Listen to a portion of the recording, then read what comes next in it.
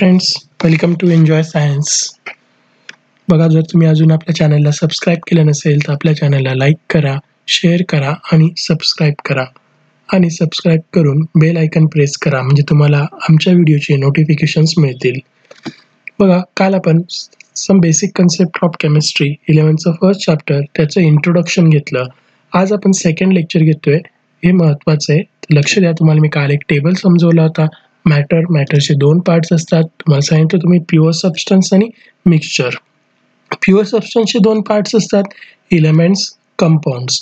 आणि मिक्सचर म्हटलं तर दोन, होमोजिनियस, हेटेरोजिनियस. पुन्हा एलिमेंट्स तीन प्रकारचे, मेटल्स, नॉन मेटल्स आणि मेटलॉइड्स. आज आपल्याला हे पूर्ण जे काही तुमच्या समोर दिसतंय, pure substance, mixture, elements, compounds यांच्यात नेमका डिफरन्स काय आहे ते आपण स्टडी करणार आहोत. काल तुम्हाला मॅटर काय आहे ते पूर्णपणे एक्सप्लेन केलेलंच आहे. ते बघा, प्युअर सबस्टन्स आणि मिक्सचर याच्यात काय डिफरन्स असतो बघा.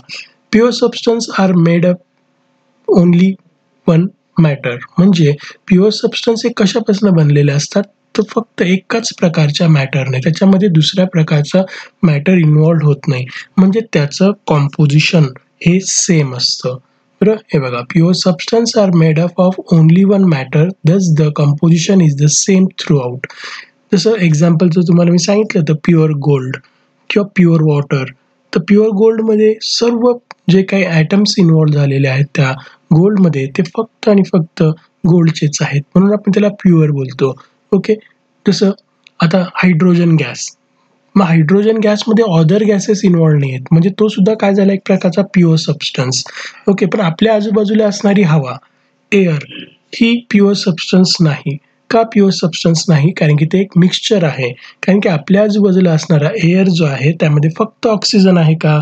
नाही ना, त्यामध्ये कार्बन डायऑक्साईड आहे, इतर काही गॅसेस असतात. ओके.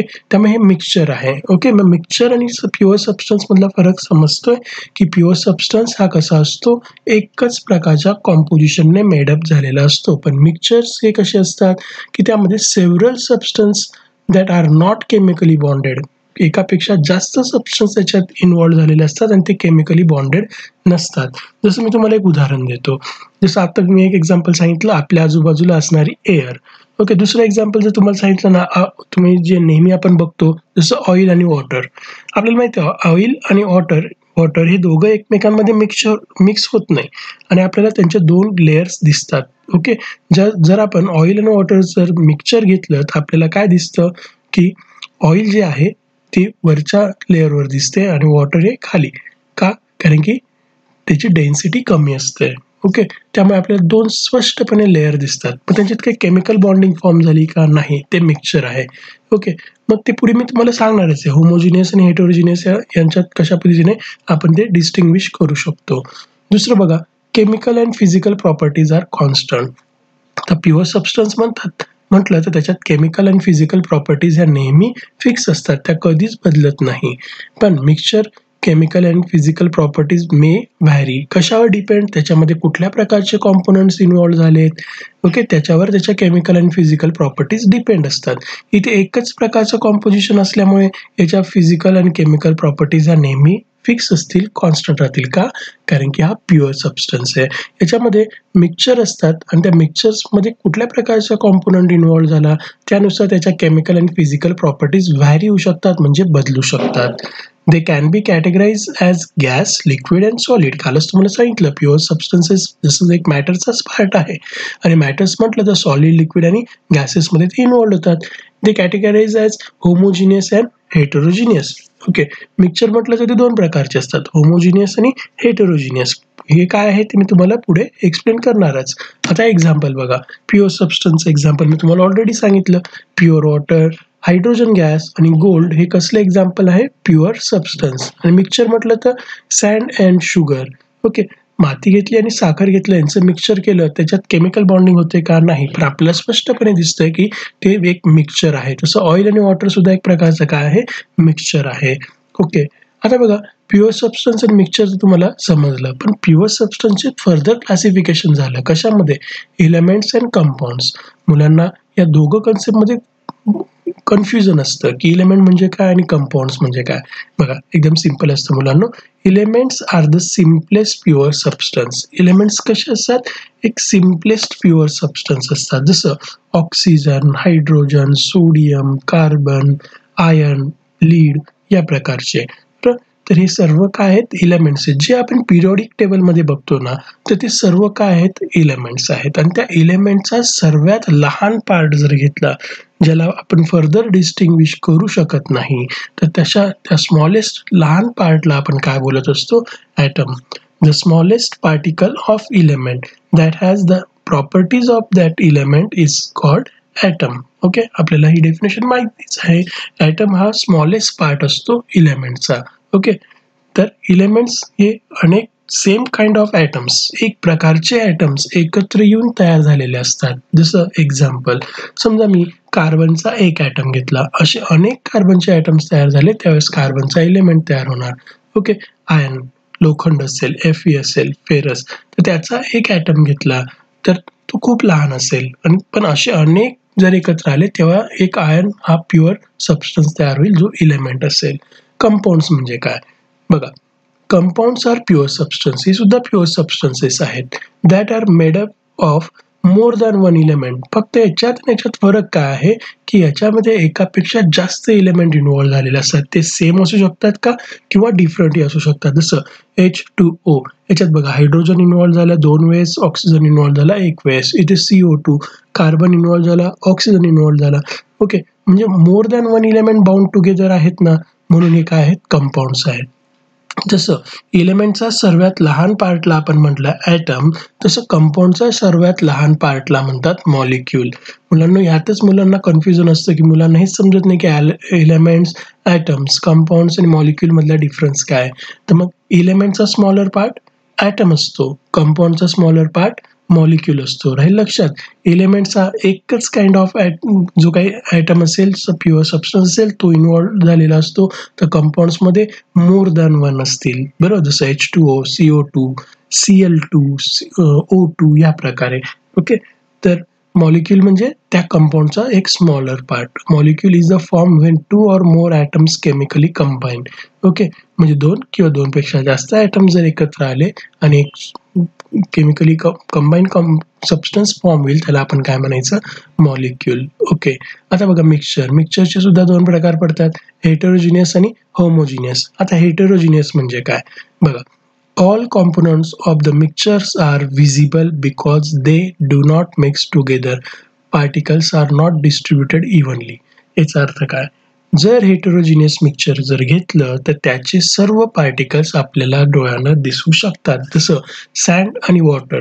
ओके, सँड आणि वॉटरचं मिक्सचर जर घेतलं तर आपण असं बघू शकतो का की जसं दूध आणि पाणी जर आपण मिक्स केलं तर आपल्याला 2 वेगवेगळ्या लेअर दिसतात का, नाही. दूध आणि म्हणजे मिल्क अँड वॉटर जर एकत्र केलं तर आपल्याला 2 वेगवेगळ्या लेअर दिसत नाही, ते एक समान होऊन जातात. पण तसंच जर सँड आणि वॉटर घेतलं तर सँड त्या पाण्यामध्ये विरघळून जाईल का, डिझॉल्व्ह होईल का, नाही. आपल्याला स्पष्टपणे त्याच्या बॉटमला सँड दिसेल. याचा अर्थ मला दोघं पार्ट्स व्हिजिबल दिसत आहेत, वॉटर सुद्धा व्हिजिबल दिसतंय आणि सँड पण व्हिजिबल दिसतंय. त्यानंतर व्हेजिटेबल सूप्स असेल, ओके, काही सूप्स वगैरे मध्ये जे काही कंटेंट्स असतात ते आपल्याला दिसू शकतात. किंवा ऑइल आणि वॉटर असेल, मी आत्ताच तुम्हाला सांगितलं ऑइल आणि वॉटरच्या 2 लेयर स्पष्टपणे आपल्याला दिसतात, कारण की त्या मिक्स होऊ शकत नाही. मग जे मिक्सचर मिक्स होत नाही आणि ज्याच्या एकापेक्षा जास्त फेजेस असतात, त्याला काय म्हणायचं, हेटेरोजिनियस मिक्सचर.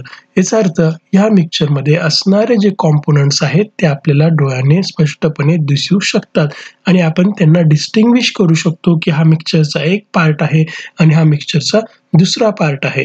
तसं आपण दूध आणि पाण्याचं डिस्टिंग्विश करू शकतो का, आपल्या बाजूला असणारी एअर, हवा आहे, ते डिस्टिंग्विश करू शकतात का, नाही. कारण की एअर सुद्धा एक प्रकारचं काय, होमोजिनियस मिक्सचर आहे. आपल्या आजूबाजूला असणारी हवा जी आहे त्यामध्ये बघा कार्बन डायऑक्साईड आहे, ऑक्सिजन आहे, इतर काही गॅसेस आहेत, पण आपण डिस्टिंग्विश करू शकतो का, नाही.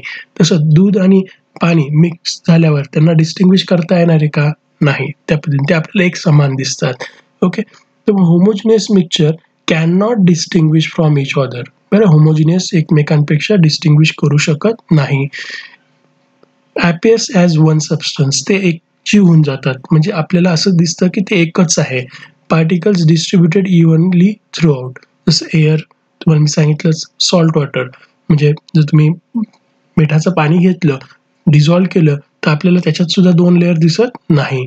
किंवा प्युअर गोल्ड असेल, 10 कॅरेट गोल्ड असेल, मॅक्झिमम काही सोल्युशन्स आपण तयार करतो लॅबमध्ये, तर हे सर्व कसले एक्झाम्पल झाले? होमोजिनियस. समजलं डिफरन्स? मग एलिमेंट्स कंपाऊंड्सचा डिफरन्स आणि हेटेरोजिनियस आणि होमोजिनियस मिक्सचरचा पण डिफरन्स मी तुम्हाला सांगितला. ओके, पुढे आता आपण 10th पासून बघतो, मेटल्स आणि नॉन मेटल्स. ओके, आता मेटल्स म्हटलं तर दे हॅव लस्टर. ओके, त्याला शाईन असते. बरं, समजा आपण जर मेटल जर कट केला तर त्याचा जो सबस्टन्स कट झालेला असतो, तर तिथे बघा त्याला एक शायनी पार्ट आपल्याला दिसतो, चमक दिसते, चकाकी आपण त्याला मराठीमध्ये म्हणतो, तर लस्टर. बरं, metal show lustre, but non metals they not show lustre. Okay, ते लस्टरस नसतात.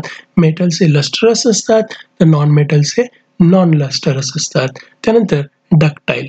डक्टाईल म्हणजे काय? When we draw from wire from that substance are ductile, म्हणजे ज्याच्यातून आपण तार काढू शकतो, वायर काढू शकतो ओढल्यानंतर, तर त्याला काय म्हणायचं? Ductile substance. Non metals are non ductile, कारण की त्यातनं आपण वायर काढू शकत नाही, तार काढू शकत नाही. They are मॅलिएबल. मेटल्स काय असतात? मॅलिएबल. मॅलिएबल म्हणजे काय? समजा आपण त्याला जर हॅमरिंग केली, बरं, मेटल्सला जर हॅमरिंग केली, तर हॅमरिंग केल्यानंतर तो स्प्रेड होतो शीटमध्ये, म्हणजे पत्रा त्याचा तयार होऊ शकतो. बरं, मग जर स्प्रेड होऊ शकतो शीटमध्ये, तर त्याला मॅलिएबल म्हणायचं. आणि नॉन मेटल्स हे नॉन मॅलिएबल असतात, जनरली ते ब्रिटल असतात, ठिसूळ असतात. Okay, they conduct heat and electricity. Metals are good conductor of heat and electricity, म्हणजे त्यातून इलेक्ट्रिसिटी पण वाहू शकते आणि हीट पण वाहू शकते, कारण की त्याच्यामध्ये फ्री इलेक्ट्रॉन्स असतात. म्हणून they conduct heat and electricity, म्हणजेच they are good conductor of heat and electricity. आणि नॉन मेटल्स म्हटलं तर poor conductors of heat and electricity. त्यानंतर दे आर सोनरस. म्हणजे काय? जर नादमयता, मराठीमध्ये तिला आपण नादमयता म्हणतो, म्हणजे काय? मेटल्स जर एकमेकांवर स्ट्राईक झाले, आदळले, तर त्याच्यातून आवाज निर्माण होतो. जसं आपल्या स्कूलची किंवा कॉलेजची बेल असेल, ओके, तर त्याच्यावर ज्यावेळेस आपण दुसऱ्या एखाद्या मेटलने जर हॅमर करतो, तर त्याच्यातून एक साऊंड क्रिएट होतो, त्याला म्हणायचं सोनरस. नॉन मेटल्स हे नॉन सोनरस असतात, त्याच्यातून साऊंड क्रिएट होत नाही. तर ह्या काही प्रॉपर्टीज मी तुम्हाला सांगितल्या, मेटल्स आणि नॉन मेटल्स. तुम्ही याला डिस्टिंग्विश पण म्हणू शकतात, तुम्हाला एक्झामला प्रश्न पण विचारला जातो, difference between metals and non metals. बघा, काही एक्झाम्पल्स आहेत तुमच्यासमोर मेटल्सची. लीड, सिल्वर, गोल्ड आणि कॉपर ही कसली एक्झाम्पल झाली? मेटलची. ही फक्त मी काही एक्झाम्पल दिले, सर्व एक्झाम्पल्स नाही दिले आहेत. त्यानंतर काही एक्झाम्पल्स बघा नॉन मेटलची सुद्धा दाखवली, जसं कार्बन आहे, फॉस्फरस आहे आणि सल्फर आहे. आता मेटलॉइड म्हणजे काय? मेटलॉइड म्हणजे असा इलेमेंट असतो की असा तो इंटरमिडिएट असतो. कोणाचा इंटरमिडिएट असतो? मेटल्स आणि नॉन मेटल्सचा. म्हणजे तो मेटल्सच्याही प्रॉपर्टी दाखवू शकतो आणि नॉन मेटल्सच्याही प्रॉपर्टी दाखवू शकतो, म्हणून त्यांना सेमी मेटल्स असं म्हटलं जातं. जसं बघा, गुड कंडक्टर, बॅड कंडक्टर आणि दोघांच्या प्रॉपर्टीज दाखवणारा सेमी कंडक्टर. तसं मेटल्स, नॉन मेटल्स आणि दोघांच्या प्रॉपर्टी दाखवणारा semi metals. Okay, metalloids is element that has properties that are intermediate between those of metals and non-metals, म्हणजे त्या दोघांच्या प्रॉपर्टीज दाखवतात, म्हणून त्यांना सेमी मेटल्स म्हणतात. हा MCQ सुद्धा तुम्हाला एक्झामला विचारला गेलेला आहे. मग त्याच्यात एक्झाम्पल आहे सिलिकॉन. हे बघा, हे जे स्टेप सारखे दिसतात ना पिरियोडिक टेबलमध्ये, हे सर्व बघा सेपरेट करतात. कोणाला? नॉन मेटल्सला आणि मेटल्सला सेपरेट करतात. हे स्टेप वाईज असं आपल्याला दिसतात. ही एक्झाम्पल आहेत कसली? नॉन मेटल्सची. हे बघा तुमच्यासमोर काही मेटलॉइड्सची. तर मेटलॉइड्सची मी काही एक्झाम्पल दाखवली आहेत. बोरॉन, सिलिकॉन, जर्मेनियम, आर्सेनिक, हे काही मेटलॉइड्सची एक्झाम्पल आहेत. तर मग आजच्या व्हिडिओमध्ये मी तुम्हाला जो टेबल मी तुम्हाला एक्सप्लेन केला होता, की मॅटरचे जे काही पार्ट्स तुम्हाला मी एक्सप्लेन केले, ते मी तुम्हाला आजच्या व्हिडिओमध्ये एक्सप्लेन केले. तर तुम्हाला कसं वाटलं मला कमेंट बॉक्समध्ये जरूर कळवा. आपल्या चॅनलला सबस्क्राईब करा आणि तुमच्या फ्रेंड्सजवळ आपल्या चॅनलची लिंक शेअर करा आणि त्यांनाही आपल्या चॅनलमध्ये इन्व्हाइट करा. Thanks for watching our video and subscribe our channel.